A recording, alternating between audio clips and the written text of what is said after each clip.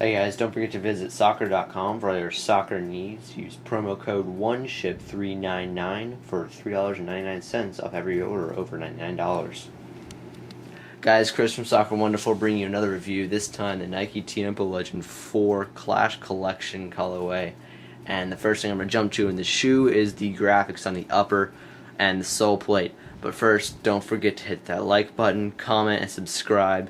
Doesn't matter, just as long as you do one of those things, I'm cool with it. Anyway, jumping into the shoe now, I'm going to start with the sole plate on the shoe, which is actually a really interesting sole plate. It's very unique. It's black on the back part, 50% black, 50% white on the whole shoe, as a matter of fact. And it's got a white Nike swoosh in the black part, and it's got red, green, blue color coding on the actual sole plate there. And if you actually enter those in, it's pretty straightforward. You're going to come up with black, but that actually applies for every colorway in the Clash Collection series. So if you have the Vapors and that kind of pinkish red color, if you enter the color coding on the bottom of the shoe, you're going to get that color in the paint kind of app, I guess, on your computer. The toe box slash front part of the shoe, I guess, is striped with silver striping along with the white. It's got Tiempo Legend, I think about 5 stripes down from the toe written there. I don't know if you can see that in the camera, but it's there. Moving on to the top, the first thing I'm going to notice, since I just covered the red, green, blue, is that if you look closely, you can see the blue, the green, and slightly the red up here, but it has red, green, blue, just like the bottom right there.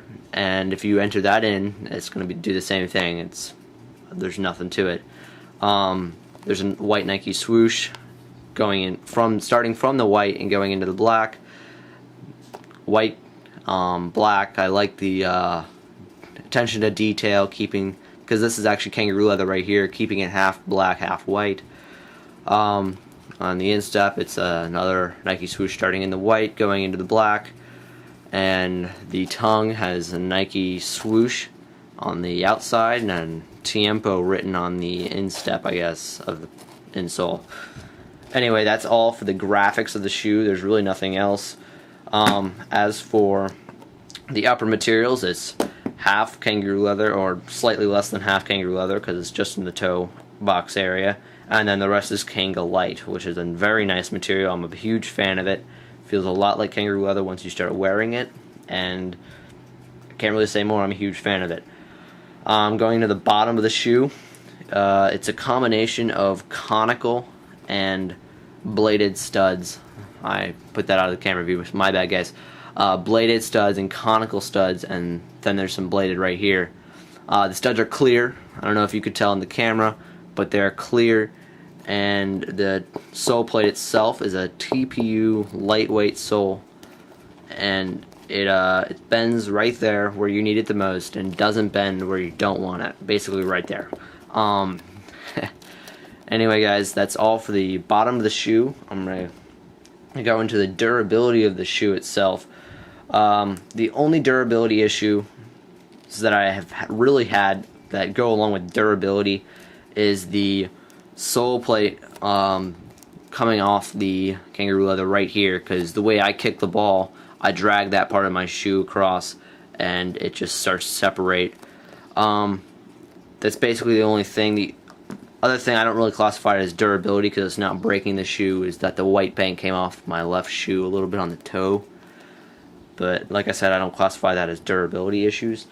I wish, to be honest, that to fix this problem, more shoes would use stitching around here instead of gluing it, because glue is just bleh. I don't like it.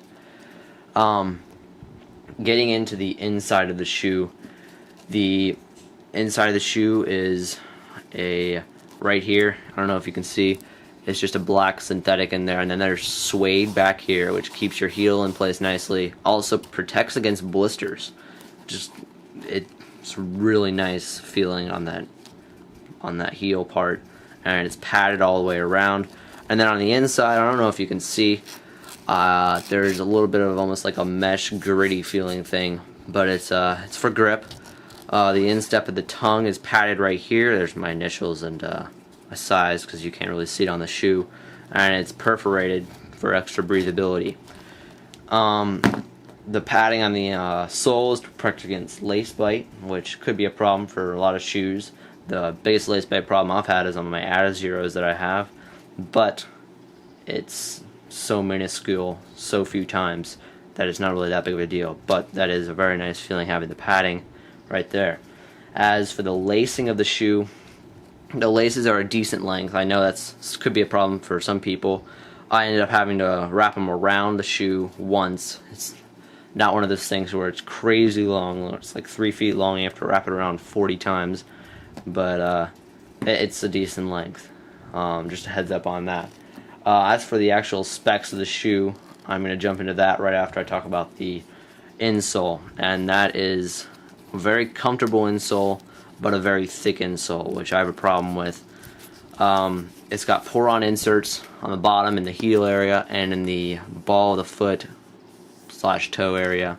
Basically all the places you're going to put pressure on your foot, it's got a pour-on insert. It's got Tiempo in white, and then kind of I'd classify that as almost the Tiempo symbols right there.